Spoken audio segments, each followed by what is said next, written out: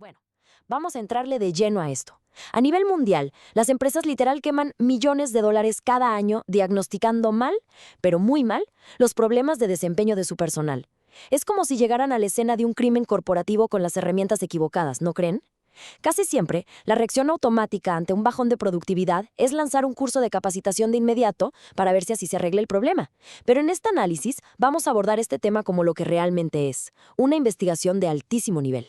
Vamos a descubrir juntos cómo la evaluación de necesidades funciona como la máxima herramienta de diagnóstico para encontrar la verdadera raíz de estas brechas de desempeño que salen carísimas. Para entender lo vital que es hacer un buen diagnóstico, imagine nuestra primera escena del crimen.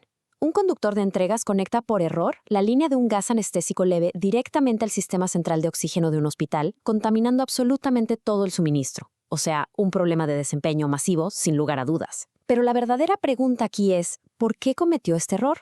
¿Fue acaso porque de verdad no sabía cuál era la conexión correcta? ¿O tal vez estaba furioso porque le acababan de negar un aumento de sueldo esa misma mañana? ¿O qué tal si las válvulas del hospital de plano estaban mal etiquetadas? Fíjense que solo una de estas posibles causas se puede solucionar enseñando algo nuevo. Las demás requieren un enfoque totalmente distinto.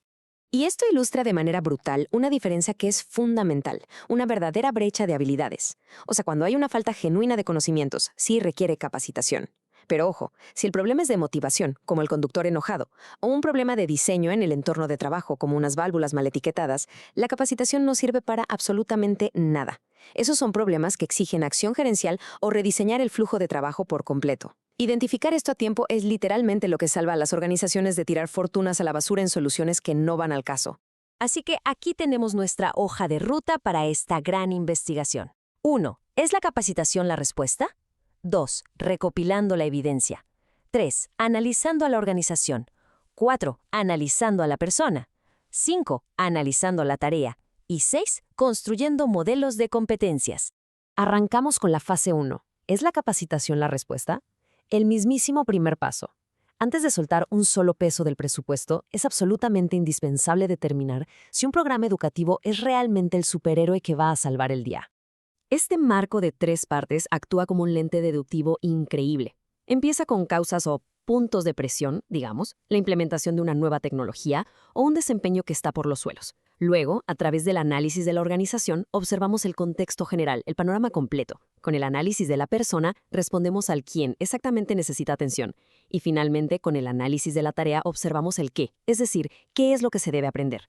Juntos, estos 3 elementos funcionan como un filtro gigante que depura el problema hasta arrojarnos los resultados correctos y dictar cuál es el verdadero camino a seguir. Pasemos a la fase 2, recopilando la evidencia. Tal como los detectives serios recolectan pistas, aquí los evaluadores tienen que reunir evidencia súper sólida antes de atreverse a recetar cualquier cura. Y bueno, hay muchísimos métodos para juntar esta evidencia. La observación directa te da datos súper puros, pero la verdad es que la gente tiende a cambiar su comportamiento cuando sabe que la están observando. Las encuestas son muy baratas, aunque les falta detalle. Y las entrevistas y grupos focales son buenísimos para profundizar, pero consumen muchísimo tiempo.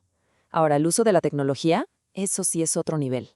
Un ejemplo increíble es el de la empresa H&H Castings. Sus trabajadores vierten aluminio a altísimas temperaturas en moldes, un trabajo, como imaginarán, extremadamente peligroso. Para analizar esta tarea sin interrumpir ni poner en riesgo a nadie, ¿qué hicieron? Utilizaron lentes de seguimiento ocular. Estos lentes grabaron exactamente a dónde dirigían la mirada los empleados mientras trabajaban, revelando el altísimo nivel de concentración que requerían. Esa evidencia, así de pura y tecnológica, les permitió crear videos precisos para enseñar métodos mucho más seguros, cero basados en suposiciones. Entramos a la fase 3, analizando la organización. Ya con los métodos sobre la mesa, nos metemos de lleno a analizar todo el contexto corporativo general. El análisis organizacional básicamente nos dice si la empresa siquiera debería gastar su tiempo y dinero en una solución de aprendizaje. Porque seamos sinceros, no importa qué tan espectacular sea un programa de formación, si no apoya los objetivos estratégicos de la empresa, o si los jefes directos ni siquiera van a permitir que los empleados apliquen lo que aprendieron, o peor aún, si simplemente no hay presupuesto, esa iniciativa está muerta desde el día 1. Así que el punto de quiebre aquí es la alineación y cómo se manejan los recursos. El caso de IBM nos pinta esto a la perfección. Ellos necesitaban mantenerse al día con 1000 tendencias tecnológicas, por lo que empezaron a monitorear qué contenido de aprendizaje usaba realmente su gente y qué tan útil les parecía. Y agárrense, porque al alinear los recursos de capacitación estrictamente con lo que de verdad se usaba para apoyar la estrategia, IBM eliminó el 39% de todo su contenido de aprendizaje. Estamos hablando de borrar de un plumazo 7.600 cursos inútiles. Esto prueba sin lugar a dudas el inmenso valor financiero que tiene analizar primero a la organización antes de mover un dedo. Fase 4. Analizando a la persona. Ahora cambiamos el enfoque hacia los individuos en concreto, para descubrir quién, con nombre y apellido, es el que realmente necesita apoyo. El análisis de la persona se trata fundamentalmente de verificar si la gente está lista. Hay que preguntarse, ¿el empleado tiene las habilidades básicas requeridas? ¿Tiene el nivel de lectura adecuado o la confianza en sí mismo, esa autoeficacia necesaria para asimilar información nueva? Es lógica pura. Es imposible construir sobre cimientos que no existen. Si a alguien le falta comprensión de lectura o la capacidad cognitiva básica para una función muy técnica, mandarlo a un curso súper avanzado no va a resolver absolutamente ninguna brecha de desempeño. Y atención, las características personales son solo una parte de este rompecabezas. También entran en juego los recursos, los resultados, la retroalimentación y, muy importante, las consecuencias. Imaginen esta situación. Durante una tensa negociación laboral, los encargados de equipaje de una aerolínea inmensa empezaron a cargar y descargar las maletas, pero a un ritmo extremadamente lento, causando retrasos de locura. Ahora, ellos sabían perfectamente cómo hacer su trabajo rápido, tenían todas las habilidades del mundo, pero decidieron bajar la velocidad intencionalmente para presionar a la gerencia con sus contratos. Una vez más, esto era un problema de consecuencias y de normas de su equipo de trabajo. Para nada era una falta de conocimiento. Para no caer en confusiones como la de la aerolínea, aplicamos algo llamado análisis de causa raíz. Son pasos súper sencillos. Piénsenlo tal cual como un médico diagnosticando una enfermedad. Si el empleado sabe cómo hacer la tarea, pero no se le dan las herramientas correctas, o de plano no se le recompensa por hacerlo bien, entonces automáticamente descartamos un curso de capacitación como la cura. Solo cuando encontramos un contundente no en la parte de conocimientos y un gran sí en el resto de las condiciones del entorno, podemos decir que es seguro y útil seguir adelante con un programa formativo.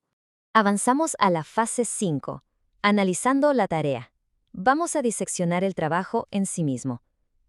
Esto nos lleva a la pieza final del gran marco central de nuestra evaluación.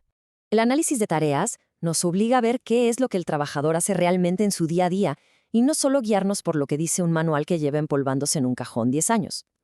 Miren a la Administración Federal de Aviación, en Estados Unidos, por ejemplo. Ellos utilizan pruebas cognitivas súper rigurosas, de 8 horas de duración, para identificar habilidades muy específicas en sus controladores de tráfico aéreo, cosas como el pensamiento espacial complejo o la memoria a corto plazo. Esas habilidades, tan críticas, solo salen a la luz cuando te sientas a hacer un análisis meticuloso de lo que el puesto exige en el mundo real. Y para poder procesar todo ese enorme volumen de información, se usan herramientas súper prácticas. Por un lado, tenemos un cuestionario que funciona como un gran colador. Filtra todas y cada una de las tareas, evaluando qué tan importantes, qué tan frecuentes y qué tan difíciles son. Las tareas que casi no importan o que rara vez suceden, simplemente se van fuera. Por el otro lado, las tareas que sí logran sobrevivir a ese filtro se mapean en la matriz KSAO. KSAO, por sus siglas en inglés, significa conocimientos, habilidades, capacidades y otras características. Con esto se logra vincular cada tarea verdaderamente crítica con el conocimiento técnico exactito que exige, creando así un plan de estudios que es, francamente, a prueba de balas. Llegamos a la fase 6, construyendo modelos de competencias. Aquí es donde elevamos toda esta investigación para dejar de solo apagar incendios del pasado y empezar a modelar el éxito proactivamente hacia el futuro. Hay que tener muy claro esto.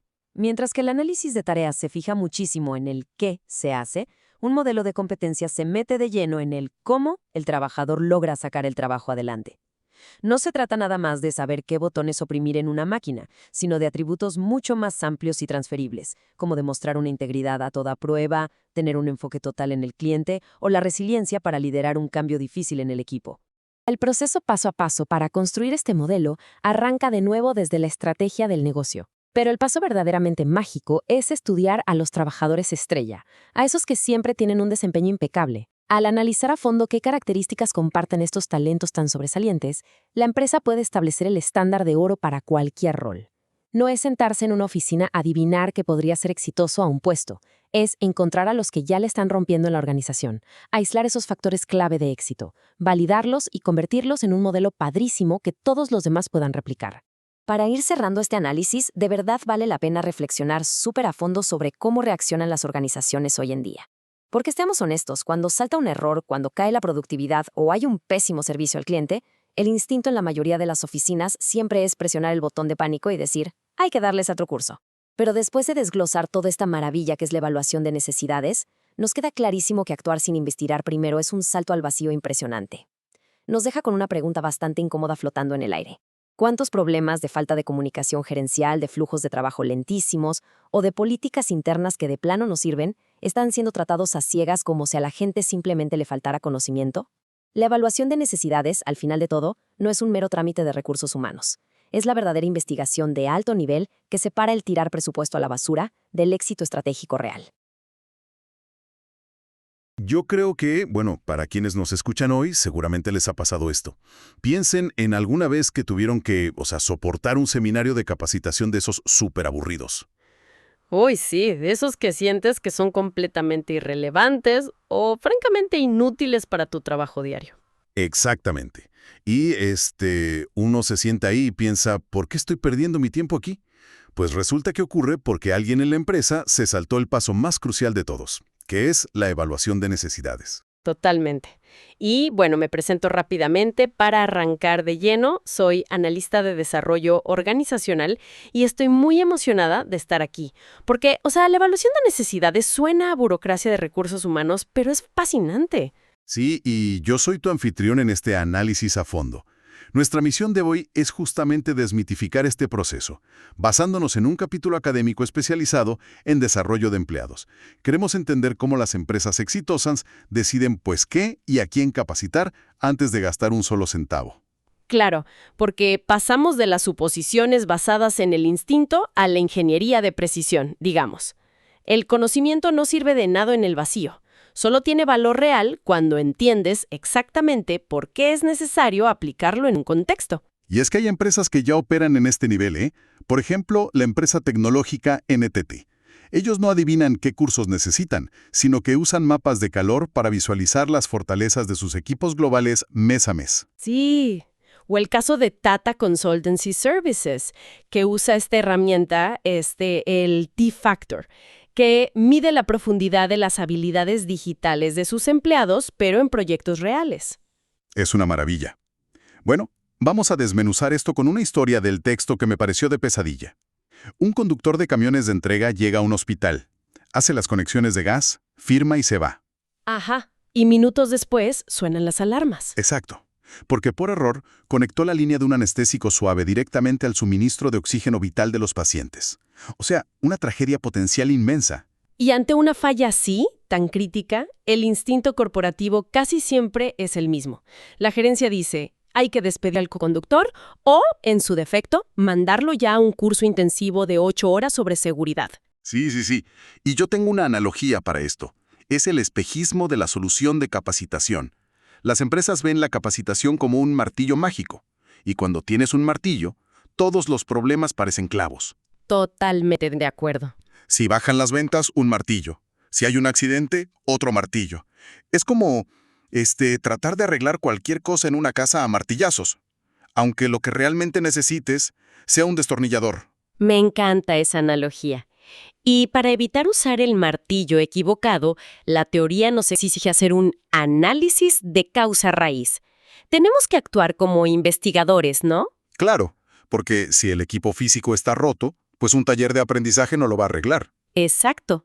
Y hay métodos muy estructurados, como la técnica de los 5 porqués. Si volvemos al conductor, la primera pregunta es, ¿por qué conectó mal la manguera? Y la respuesta es porque las válvulas del hospital y las del camión encajaban perfectamente aunque eran gases distintos. ¿Y por qué encajaban? Pues porque el hospital decidió comprar un equipo genérico más barato en lugar del estandarizado de seguridad. ¿Y por qué lo compraron? Porque Compras recortó el presupuesto sin consultar a los médicos. Ahí está. Al llegar a ese punto te cae el 20 de que la culpa no fue falta de conocimiento, fue un problema del entorno.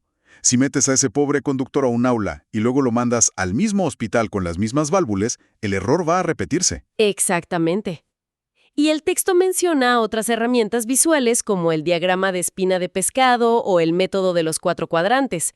Este último cruza dos variables, si el empleado sabe cómo hacerlo y si el empleado quiere hacerlo. Espera, eso suena muy bien en teoría, pero, a ver, si un gerente ve que la productividad se desploma, ¿cómo logran las empresas en la vida real separar una verdadera brecha de habilidades de una simple brecha de motivación? Si conectamos esto con el panorama general, el desempeño humano depende de 5 grandes factores, no solo del conocimiento. Primero están las características de la persona. Ok, sus habilidades.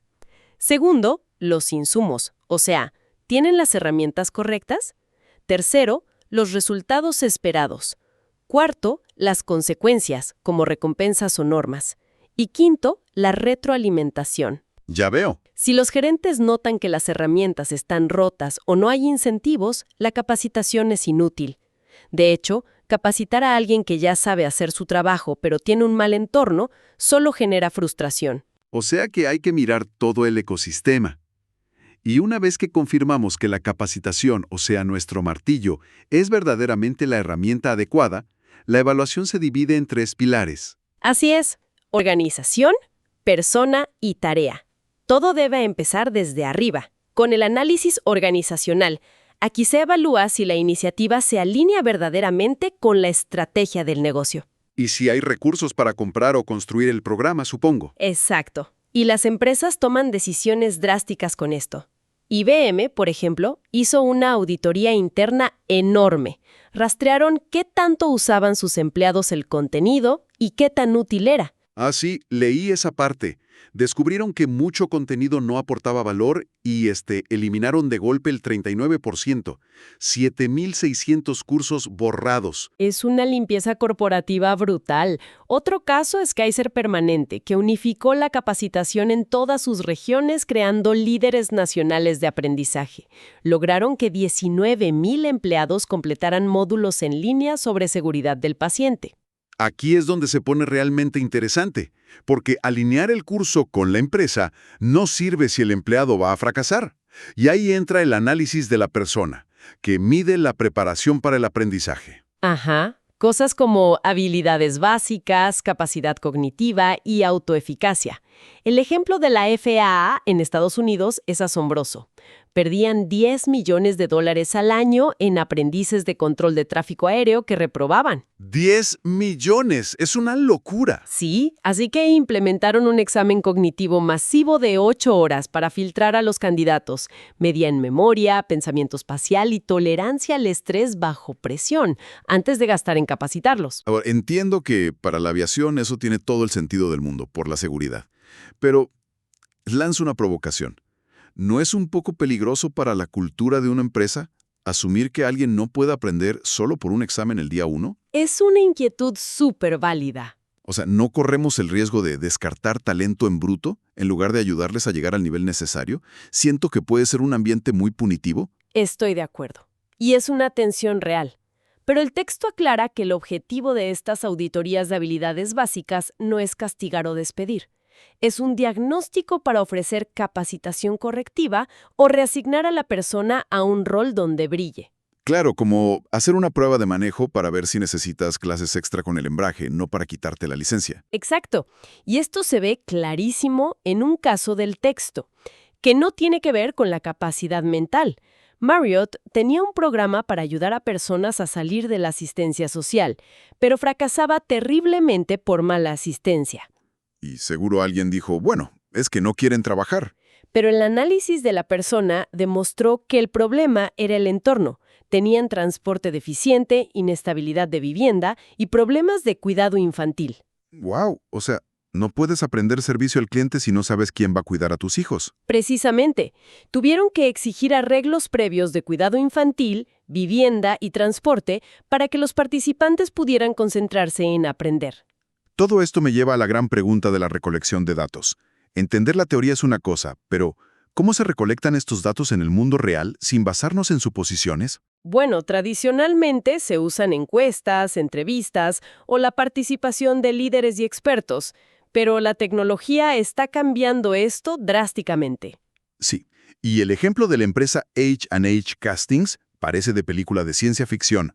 Su departamento de fundición requiere verter aluminio hirviendo que es súper peligroso. Es un trabajo que requiere una precisión milimétrica. Y para hacer su análisis de tareas, hicieron que los trabajadores usaran lentes con tecnología de rastreo ocular, tipo Google Glasses. La computadora grabó exactamente a dónde miraban los expertos. Lo fascinante aquí es que extrae ese conocimiento tácito. El software reveló que los veteranos miraban puntos de referencia específicos en el molde, anticipando el flujo del metal, patrones que jamás habrían explicado en una entrevista. Es asombroso. Y ahora usan esos videos para entrenar a los novatos. Pero, a ver, plantea un escenario tipo Big Brother. Si los empleados saben que una cámara está rastreando sus pupilas, ¿no actuarán de forma antinatural? Totalmente, el factor de la vigilancia es fuerte. ¿Cómo evitan las empresas que esta recolección de datos se sienta como una amenaza para los trabajadores? Es el punto crucial. La tecnología te da datos objetivos sin interrumpir el trabajo, pero el liderazgo debe garantizar de forma blindada que la información se use estrictamente para capacitar y no para castigar. Claro, porque si sienten que es para negarles un bono, la confianza se rompe. Y eso genera insatisfacción y muchísima rotación de personal. Ahora, no toda la tecnología tiene que ser tan invasiva. Mira a KCB Bank en Kenia. Ah, cierto. Las transacciones en persona cayeron del 36 al 12% por la banca digital. Exacto. Y en lugar de adivinar con encuestas, usaron métricas históricas duras, tiempos de espera, quejas, rentabilidad. Con eso diseñaron la nueva capacitación de sus gerentes de relaciones. Entonces, pasamos de preguntar qué hacen a observar cómo lo hacen. Y eso nos lleva de las tareas a los famosos modelos de competencias. Es una diferencia fundamental. El análisis de tareas se enfoca en el trabajo, en qué se logra. El modelado de competencias se enfoca en el trabajador, en cómo alcanza esos objetivos. Sí, el texto menciona a Providence St. Joseph Health. Tenían escasez nacional de enfermería y alta rotación. Así que estandarizaron un formulario de evaluación de competencias evaluando 14 áreas de manera uniforme. Con eso, definieron metas de desarrollo claras para evitar que cada hospital tuviera criterios dispares. Entonces, ¿qué significa todo esto? Para mí, un modelo de competencias es como la hoja de personaje en un juego de rol. A ver, explícame eso. O sea, no solo dice, tiene esgrima nivel 5, que sería la tarea, sino que define la destreza, la tolerancia al estrés y el trabajo en equipo del personaje. Te da una visión completa del individuo. Me parece una analogía perfecta. Pero, bueno, tenemos que hablar de la realidad del tiempo. ¿Qué pasa si la empresa exige una capacitación para mañana y no hay tiempo para todo este proceso meticuloso? Ahí entra la evaluación rápida de necesidades, que básicamente es usar datos que ya tienes. JetBlue hizo esto genial. Sí, usaron datos de los mantenimientos regulares. Ajá. Y notaron un aumento en daños cosméticos en los aviones. Esto disparó una capacitación rápida y súper específica sin tener que hacer meses de encuestas o grupos focales. Es usar la agilidad de los datos a tu favor. En resumen, la evaluación de necesidades no es simple burocracia de recursos humanos. Definitivamente no lo es. Es el motor estratégico que evita que las empresas desperdicien millones, como le pasaba a la FAE o a IBM. Y literalmente mantiene seguros a los trabajadores, como los de H&H Castings. Y para la audiencia, ya sea que manejen un equipo o busquen aprender algo por su cuenta, la lección es súper clara. Hay que diagnosticar la brecha real antes de lanzarte a consumir o asignar un tutorial de 3 horas. Diagnosticar antes de recetar, siempre. Pero quiero despedirme dejando una inquietud sobre la mesa. Algo que va un poco más allá del texto. Adelante, te escucho. Si la tecnología como la inteligencia artificial y el software de monitoreo del lugar de trabajo sigue avanzando y rastreando cada uno de nuestros clics y errores en tiempo real, ¿desaparecerá por completo la evaluación de necesidades tradicional? Es una pregunta muy fuerte. Imagina que en un futuro cercano, un algoritmo detecte nuestra frustración al usar un software e instantáneamente nos asigne un micromódulo de 30 segundos antes de que siquiera sepamos que lo necesitábamos. Sería una evaluación invisible y constante. Exacto. Es algo profundo para reflexionar por nuestra cuenta. Muchísimas gracias por acompañarnos en este análisis a fondo. Nos escuchamos en la próxima.